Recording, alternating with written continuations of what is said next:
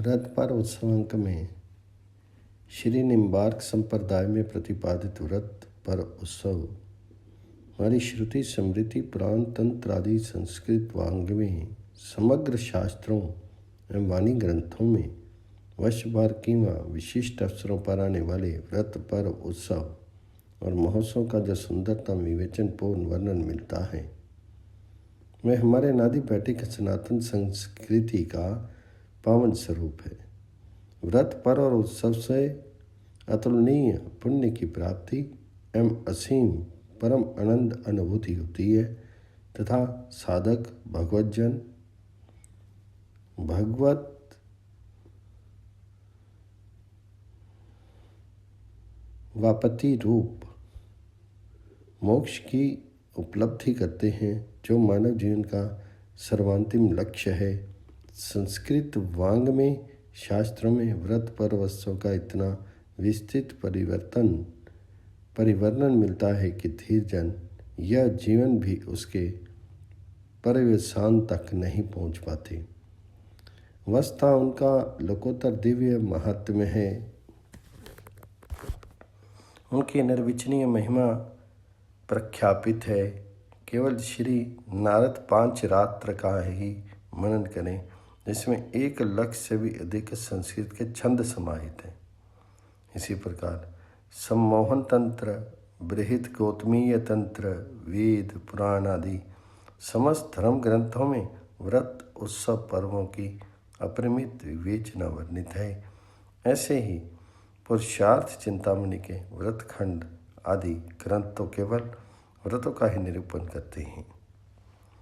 इसी प्रकार श्री निम्बार्क संप्रदाय के प्रवर्तक सुदर्शन चक्र अवतार आद्य आचार्य जगत गुरु श्री भगवान निम्बार्काचार्य श्री जी ने एवं आपके परंपरा अनुवर्ती पूर्व आचार्यों ने संप्रदाय के मूर्धन्य शीर्षस्थ संतों मनीषी परवरों एवं परम भागवत रसिक वरेण्य महापुरुषों ने उत्सव महोत्सव का विविध व्रतों का अनेकानेक पर्वों महापर्वों का संस्कृत साहित्य ब्रज साहित्य हिंदी साहित्य की प्रांतीय भाषा में जिस विधि से विशेषण किया है वह वस्तुतः नितांता उत्तम पुरुषों द्वारा हृदय में अवधारणीय है।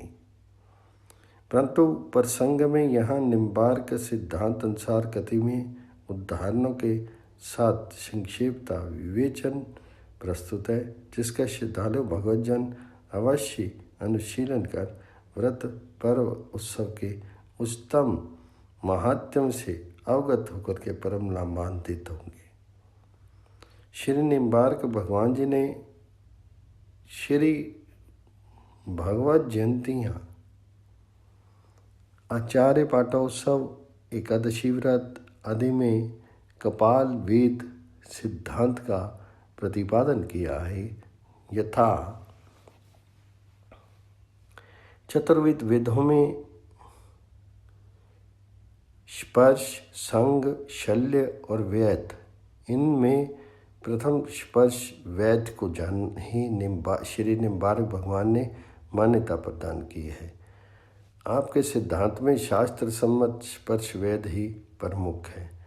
आपने समस्त श्री भगवत जयंतियों एवं सभी एकादशी व्रतों में तिथि का उदयकाल अर्धरात्रि अर्थात 9 घटी के ऊपर ही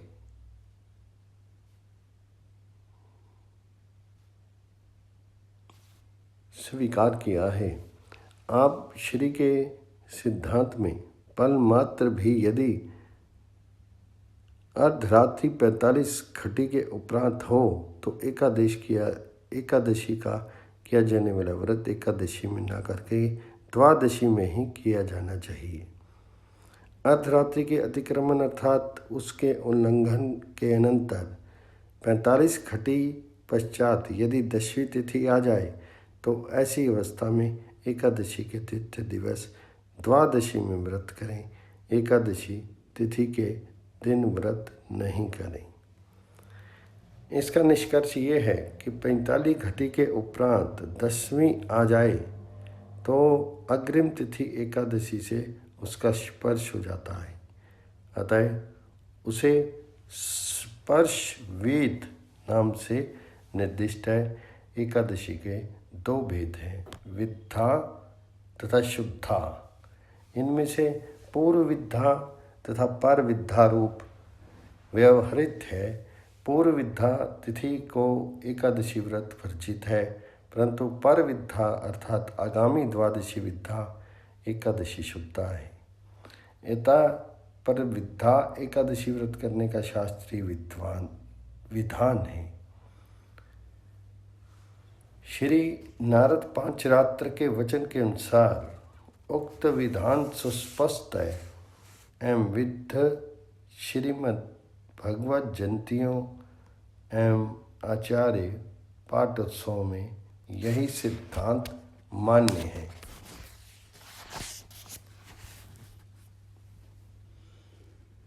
एकादशी शुद्ध है और द्वादशी महाद्वादशी के रूप में यदि आ जाए तो ऐसी अवस्था में एकादशी व्रत एवं महाद्वादशी द्विदिवसीय व्रत करें। 2 दिन व्रत करने में समर्थ ना हो तो ऐसी स्थिति में एकादशी व्रत का त्याग किया जा सकता है, किंतु महाद्वादशी व्रत को अवश्य करें। इसका त्याग कदापि ना हो यदि यही शास्त्रीय विधान है। यदि एकादशी पूर्व है, पूर्ण है, शुद्ध है, पूर्व तिथि से विद्धा नहीं है, किंतु यदि महाद्वादशी योग आ जाए तब शुद्ध एकादशी को छोड़ करके महाद्वादशी में ही व्रत करें। व्रत अर्थात पूर्णिमा, अमावस्या, द्वादशी, त्रयोदशी इन तिथियों की जब वृद्धि हो जाए तथा ईश अर्थात अष्टमी, दुर्गा नवमी, अंतक अर्थात दशमी इतने में से किसी भी तिथि का क्षय होने पर शुद्ध एकादशी के व्रत का त्याग कर द्वादशी के व्रत का पालन करें। अष्टविध द्वादशी का शास्त्रों में इस प्रकार वर्णन उपदिष्ट है। जया, विद्या, जयंती, पापनाशिनी, उन्मेलनी, वंजुली, तीस्पर्शा तथा पक्षवर्धनी।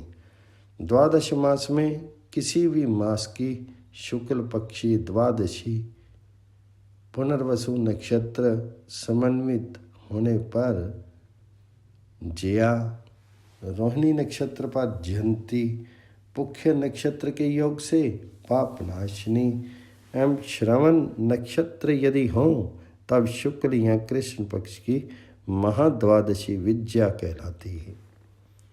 ऐसे ही एकादशी पूर्ण हो तथा अग्रिम दिवस की घटियों में एकादशी यदि हो तब वह उन्मेलनी द्वादशी कही गई है। इस प्रकार एकादशी एवं द्वादशी पूर्ण हो और यदि त्रयोदशी भी कुछ अंशों में शेषो उसे वंजुलिनी महाद्वादशी कहते हैं। द्वादशी के क्षय होने पर रात्रि के अंत में त्रयोदशी यदि हो तो वह त्रिस्पर्शा महाद्वादशी के नाम से प्रसिद्ध है। ऐसे ही अमावस्या और पूर्णिमा की वृद्धि हो जाए तो उसे पक्षवर्धिनी महाद्वादशी कहा जाता है।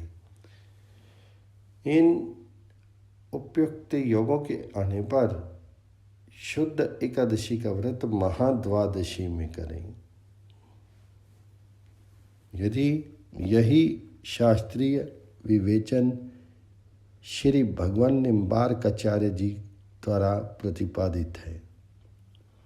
पूर्वोक्त कपाल वेद सिद्धांत विषयक जिसे श्री निम्बार्क भगवान जी ने प्रतिपादित किया,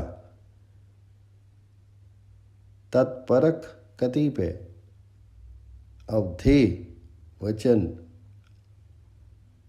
अवधारणीय है। यथा अष्टाध्यायी सूत्रकार महर्षि पाणिनि ने अपने अष्टाध्यायी के अंध्यत ने लूट इस सूत्र में गत रात्रि के द्वादश वादन काल में आगामी रात्रि के द्वादशी वादन काल को अद्यतन काल वर्तमान काल अर्थात आज का दिवस निर्दिष्ट किया है। इससे पूर्व एम्पर काल को अन्यद्यतन बताया है। अतः कपाल वेद सिद्धांत विविध दृष्टियों से नितांत रूपेण परम ग्राह्य है। एतात परक पुराण आदि शास्त्रों के बहुविध वचन हैं। यहाँ विस्तार भय से अत्यंत संक्षेप में सार स्वरूप निर्दिष्ट किया गया है। श्री भगवत जयंतियों आचार्य पाठ उत्सव आदि में प्रस्तुत कपाल वेद सिद्धांत ही अभीष्ट है। उत्सव वर्णन श्री भगवान निम्बार्क आचार्य के सिद्धांत के अनुसार शास्त्रीय विधि प्रतिपादित वर्ष भर के उत्सवों का यहाँ संक्षेप में दिग्दर्शन मात्र है।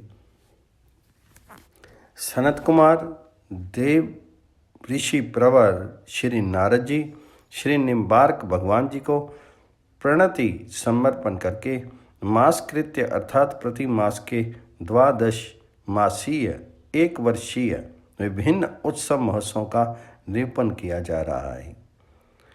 चैत्र मासीय उत्सव में पहला है दोलो उत्सव।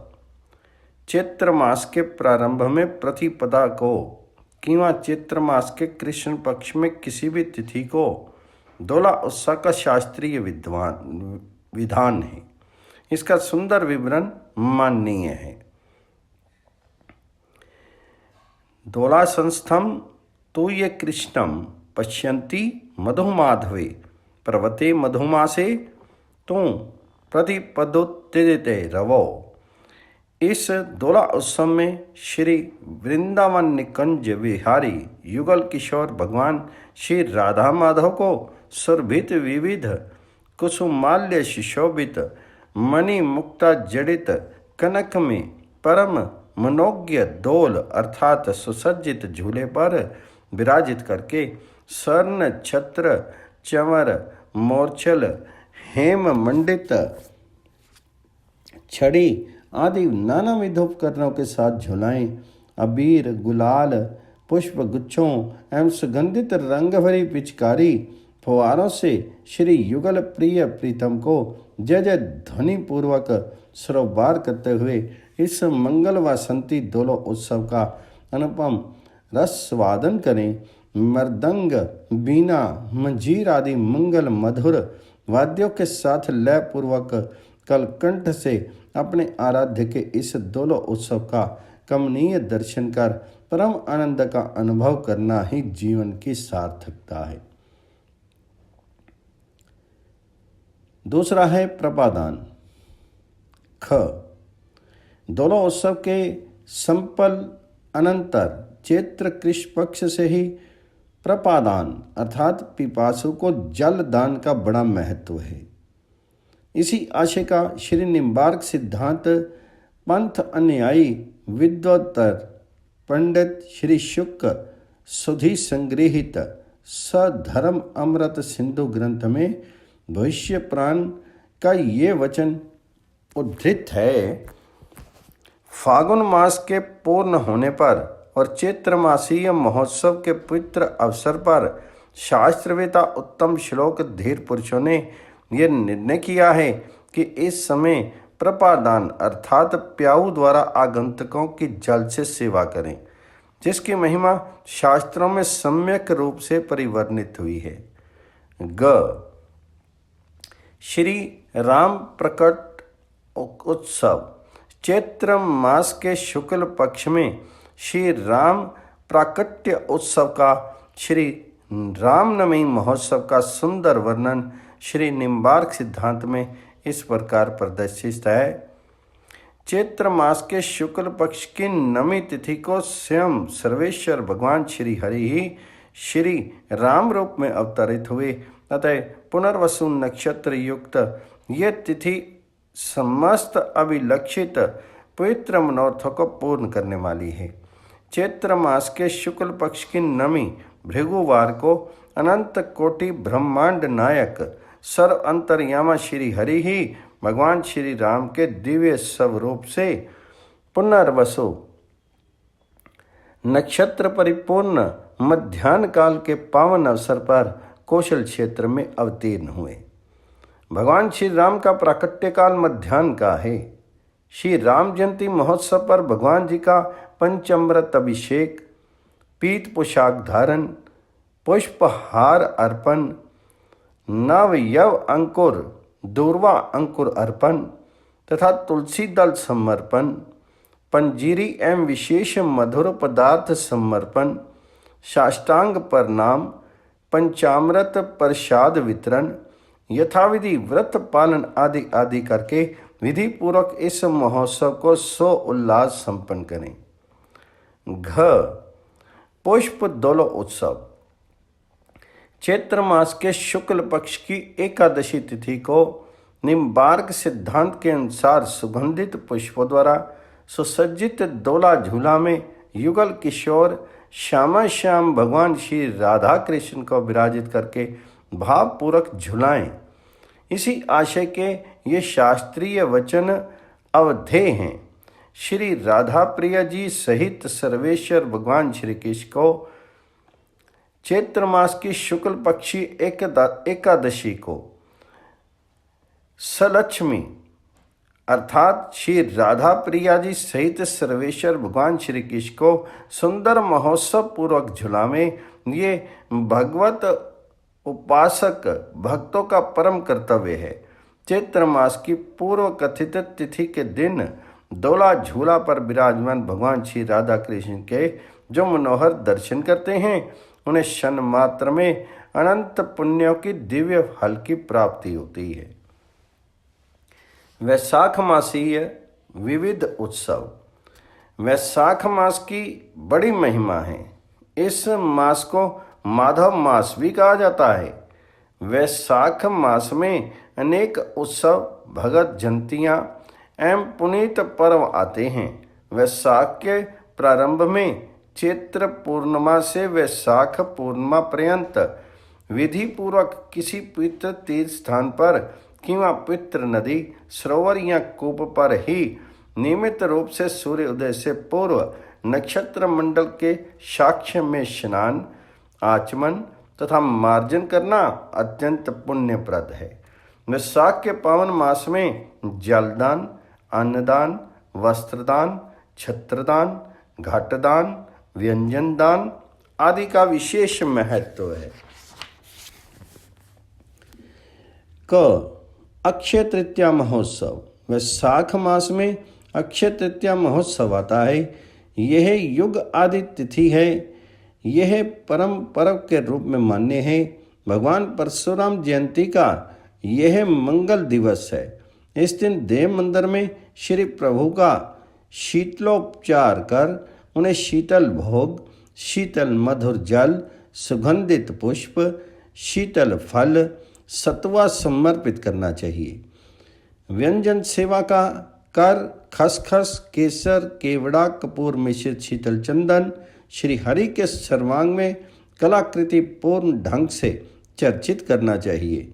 श्री प्रभु के मुकुट, कुंडल, कंकन, हार प्रभृति सभी चंदन ही के समस्त आभूषण तथा विविध अलंकार समर्पित करके शीतल सुरभित सुंदर मधुर पदार्थ, मधुर शीतल फल, सीतायुक्त दधि दुग्ध आदि पेय द्रव्य नैवेद्य करे।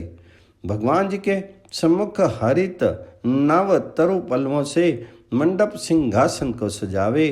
फुवारों को की मंजुल फुवार से समस्त मंदिर परिसर को सुवासित करके महोत्सव मनावे।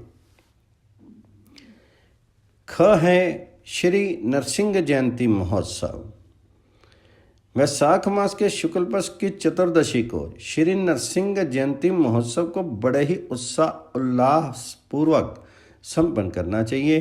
इस दिन व्रत पालन का शास्त्रीय विधान भी है। मंदिर में श्री भगवत विग्रह स्वरूप का पंचामृत अभिषेक करके एवं मधुर पदार्थ निवेदन करके मंगल बधाई पदों का गान करें।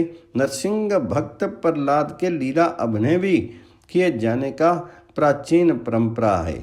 वैशाख मास के शुक्ल पक्ष की चतुर्दशी तिथि को भगवान श्री नरसिंह ने अपने अनन्य भक्त राज श्री प्रहलाद पर अनुग्रह करके अवतार धारण किया और दुर्दांत दैत्यराज घरनाकश्यप का संहार किया। इसी चतुर्दशी को भगवान श्री नरसिंह जयंती का महोत्सव बड़े समारोह पूर्वक मनाया जाता है। श्री निम्बार्क सिद्धांत के अनुसार इसके अनेक शास्त्रीय वचन प्रसिद्ध हैं। यहाँ केवल एक ही वचन सम उद्बोधित है। भगवान श्री नरसिंह से भक्त प्रबल प्रहलाद प्रार्थना करते हैं कि हे नरसिंह भगवान, आपका ये महान उग्र स्वरूप है, आप मुझ पर दया करें। मैं आज से आपके प्राकट्य मंगल व्रत का पालन करूंगा। आप कृपा करके इसे निर्विघ्न रूप से पूर्ण करें। भगवान श्री नरसिंह के अवतार का वर्णन श्री नरसिंह पुराण में इस रूप में मिलता है। हे विप्रो, वैशाख मास के शुक्ल पक्ष की चतुर्दशी सोमवार स्वाति नक्षत्र एवं प्रदोष काल में भगवान श्री नरसिंह का अवतार हुआ।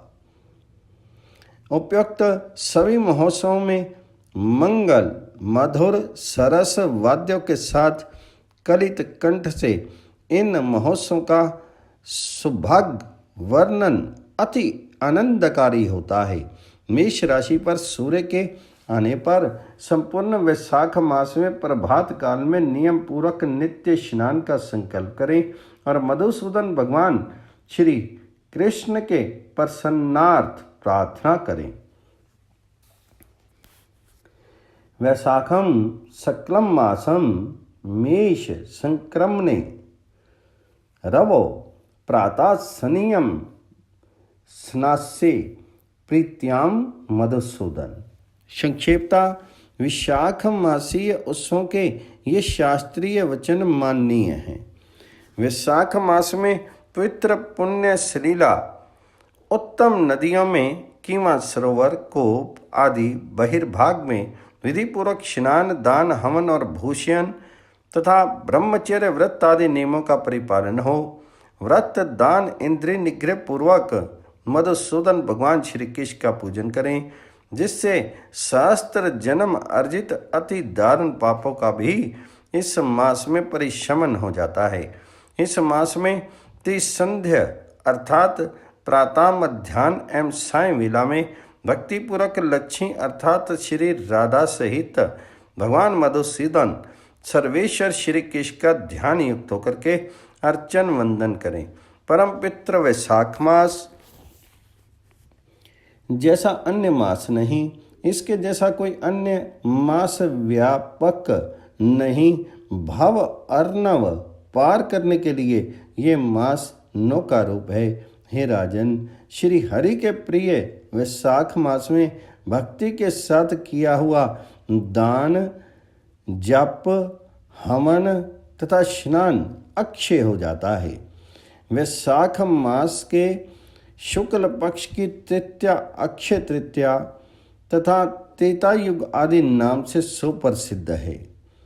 ये अक्षय तृतीया इस लोक में सर्वेश्वर श्री हरि को अत्यंत प्रिय है। वैशाख मास के शुक्ल पक्ष की अक्षय तृतीया को पुनर्वसु नक्षत्र में रात्रि के समय प्रथम भाग में भगवान श्री परशुराम का अवतार हुआ, जिनके 6 ग्रह उच्च के एवं मिथुन राशि में राहु स्थित है। माता श्री रेणुका के पवित्र गर्भ से साक्षात श्री हरि ने ही श्री परशुराम रूप से अवतार धारण किया। वैशाख मास के शुक्ल पक्ष की तृतीया अक्षय तृतीया नाम से व्यवहत है। इस महान पर्व के दिन भावुक भक्त मुझ हरि के मंगल विग्रह पर सुंदर चंदन का लेप करें। वस्ता माधव अर्थात यह वैशाख मास अतिशय पावन है। इस मास में विविध उत्सव पर्व भागवत जयंतियाँ आती हैं। इस पुण्य मास में श्रीमद् भागवत के प्रथम प्रवक्ता श्री शुकदेव मुनि की पवित्र जयंती, श्री गंगा सप्तमी, श्री जानकी नवमी, श्री नरसिंह जयंती, वैसाखी अमावस्या, वैशाख पूर्णिमा आदि विशिष्ट उत्सव जयंतियाँ पर्व भी बड़े उत्साह के साथ संपन्न होते हैं। ज्येष्ठ मासीय उत्सव पर्व में ज्येष्ठ मास में सूर्य का तीव्र ताप रहता है। ऐसे अवसर पर भगवान जी की शीतल उपचार पूर्वक अर्चना का विधान श्री निम्बार्क मत के अनुसार यहाँ संक्षेप में दिया जा रहा है। पूरे ज्येष्ठ मास में भगवान श्री राधा कृष्ण को जल में विराजित करके विविध उपचार पूर्वक उनकी नियमित रूप से अर्चा करें। स्वर्ण पात्र में किंवा रजत चांदी के पात्र में या ताम्र पात्र में अथवा मृतिका के पात्र में जल मध्यस्थ भगवान जी को जो शालग्राम स्वरूप में शोभित हैं उनकी भावना के साथ अर्चन करें। ज्येष्ठ मास में जो भक्त जल मध्यस्थ भगवान श्री केशव की विविध सुगंधित पुष्पों से अर्चना करते हैं वे यम यातना से सर्वथा मुक्ति पाते हैं। गंगा दशमी। ज्येष्ठ मास में गंगा दशमी का परम गरिमा में महान पर्व होता है। इस पावन पर्व विषयक श्री निम्बार्क शास्त्र सम्मत वचन माननीय हैं। ज्येष्ठ मास के शुक्ल पक्ष की पावन दशमी तिथि को पुण्य श्रीला भक्ति भगीरथी श्री गंगा जी का हस्त नक्षत्र में स्वर्ग से भारत की इस पवित्र धरा पर अवतार हुआ।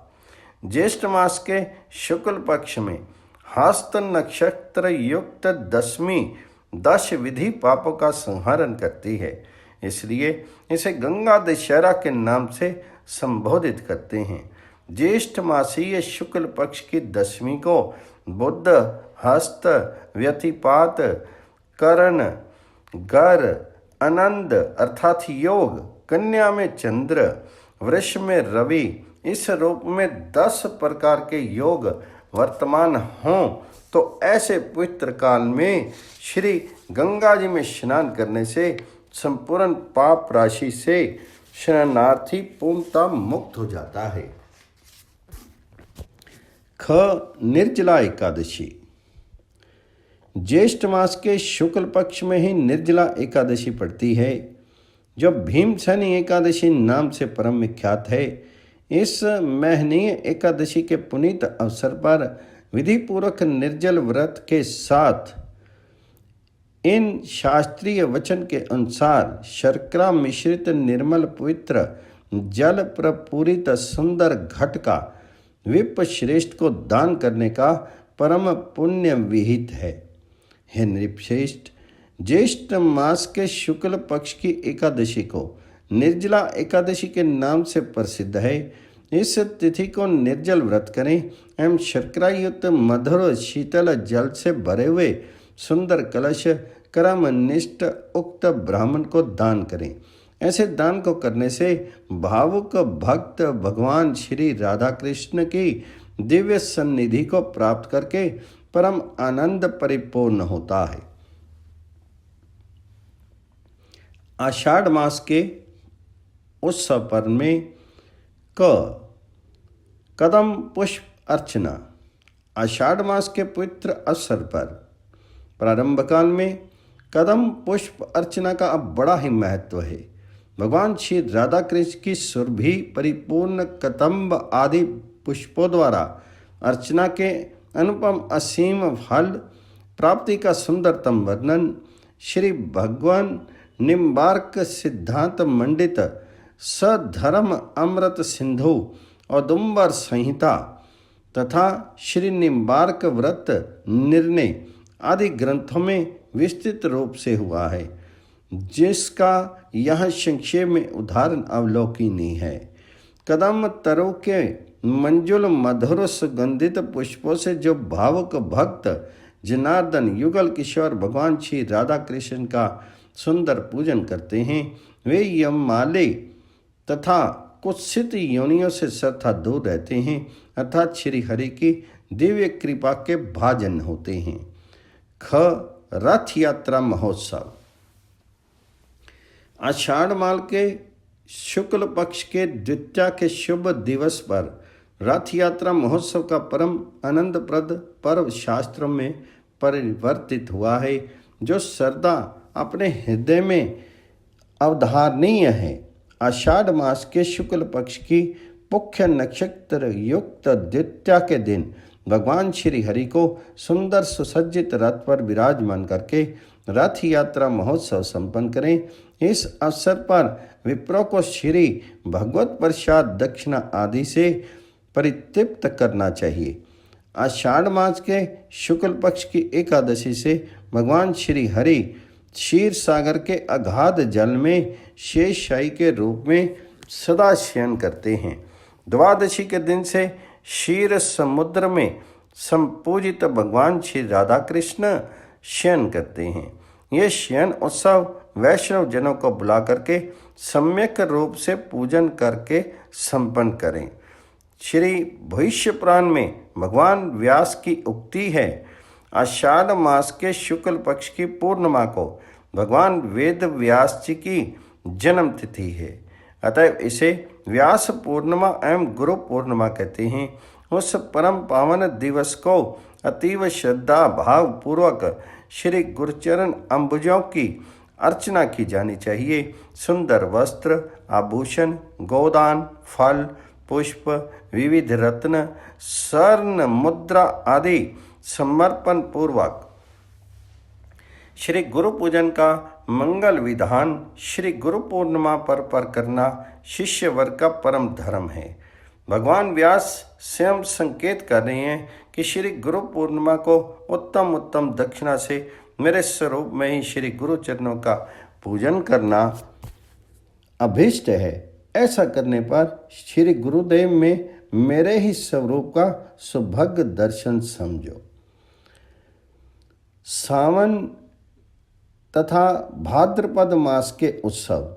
श्रावण भाद्रपद मासीय पावस ऋतु में अनेक उत्सव महोत्सव व्रत तथा पर्व आ जाते हैं, यथा नागपंचमी, हरियाली अमावस्या, हरियाली तीज, पित्रा एकादशी, रक्षाबंधन, श्रावणी उपाकरम, श्री कृष्ण जन्माष्टमी महोत्सव, नंद महोत्सव, कुश अग्रहणी अमावस्या, श्री गणेश जयंती, ऋषि पंचमी, श्री बलदेव जयंती, श्री राधा अष्टमी महोत्सव, श्रीमद् भागवत जयंती, जल झूलनी, एकादशी व्रत महोत्सव, श्री वामन जयंती, अनंत चतुर्दशी, पूर्णिमा व्रत आदि।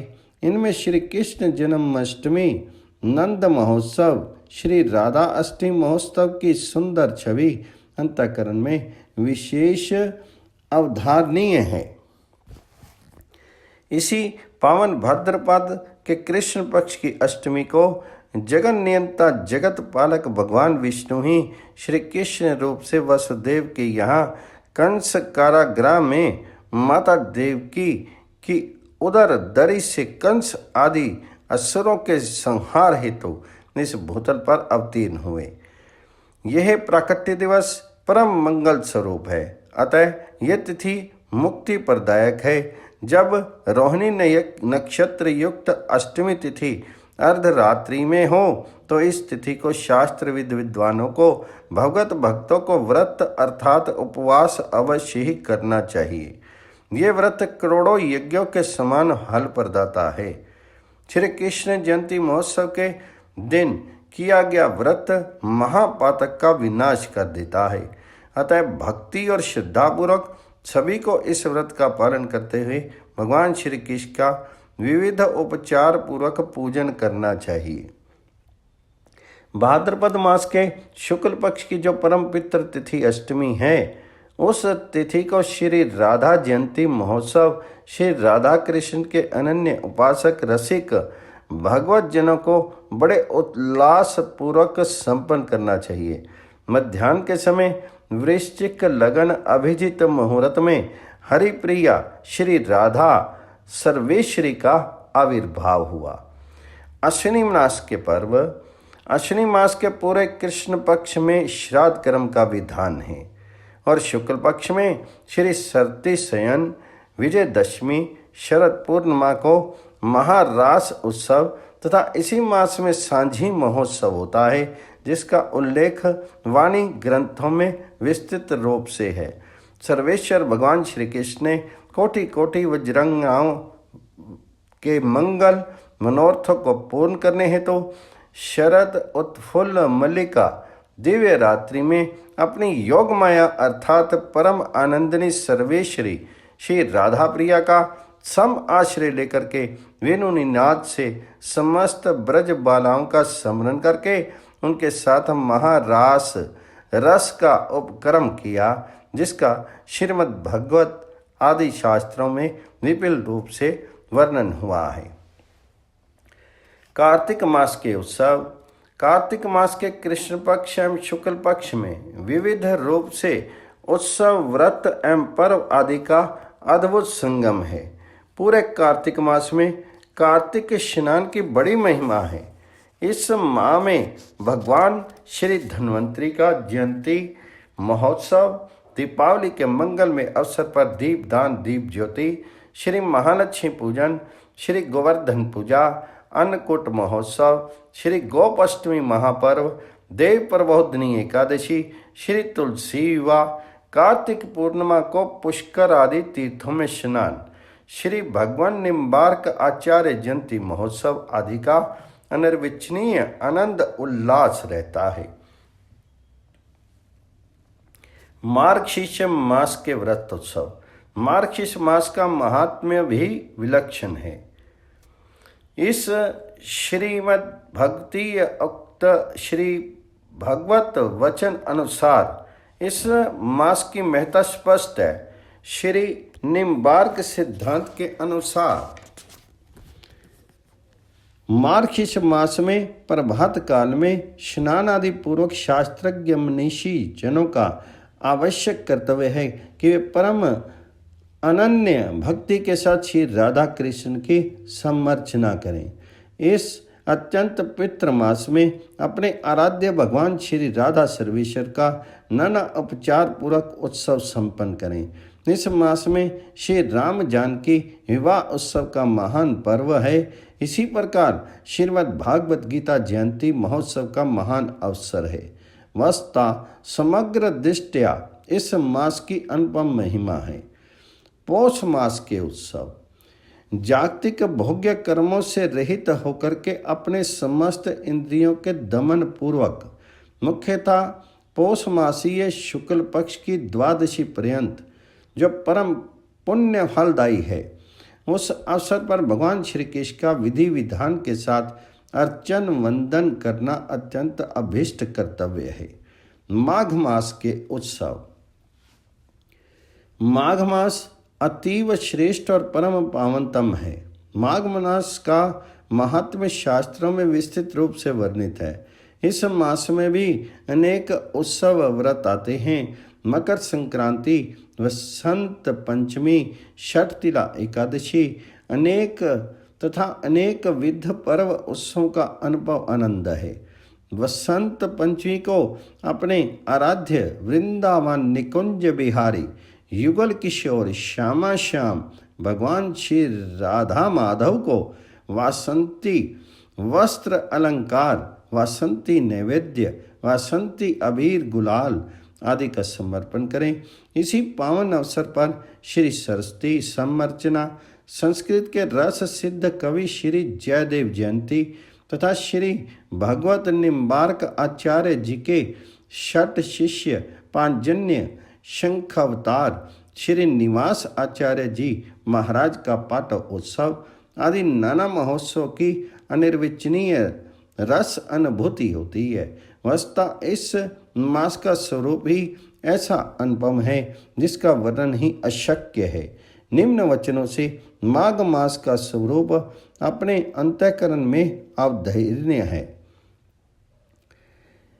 भगवान श्री कृष्ण का हृदय में चिंतन करते हुए माघ मास में जो मानव नित्य नियमित रूप से स्नान, दान, जप, हवन आदि सत्कर्मों का संपादन करते हैं वे निश्चय ही अनंत सुखद फल प्राप्त करते हैं। हे देवऋषि नारद, अनंत कोटि ब्रह्मांड नायक सर्वेश्वर भगवान श्री कृष्ण के प्रसन्नार्थ और समस्त पापों के परिहार हेतु प्रतिवर्ष माघ स्नान सदा श्रद्धा करना चाहिए। फागुन मास के व्रत पर्व उत्सव। फागुन भी अनेक उत्तम व्रत उत्सव पर्वों का मास है। श्री सीता अष्टमी, श्री महाशिवरात्रि, श्री शिव अर्चना एवं होलिका उत्सव आदि इसके प्रमुख पर्व उत्सव हैं। श्री शिव चतुर्दशी के संबंध में श्री भगवान निम्बार्क आचार्य वर्य के परम शिष्यों में श्री औदुंबर आचार्य कृत श्री औदुंबर संहिता ग्रंथ में निरूपित वचनों से श्री शिव आराधना का भाव स्पष्ट है। फागुन मास के कृष्ण पक्ष की चतुर्दशी महाशिवरात्रि को शिव अर्चन का निर्देश कर रहे हैं।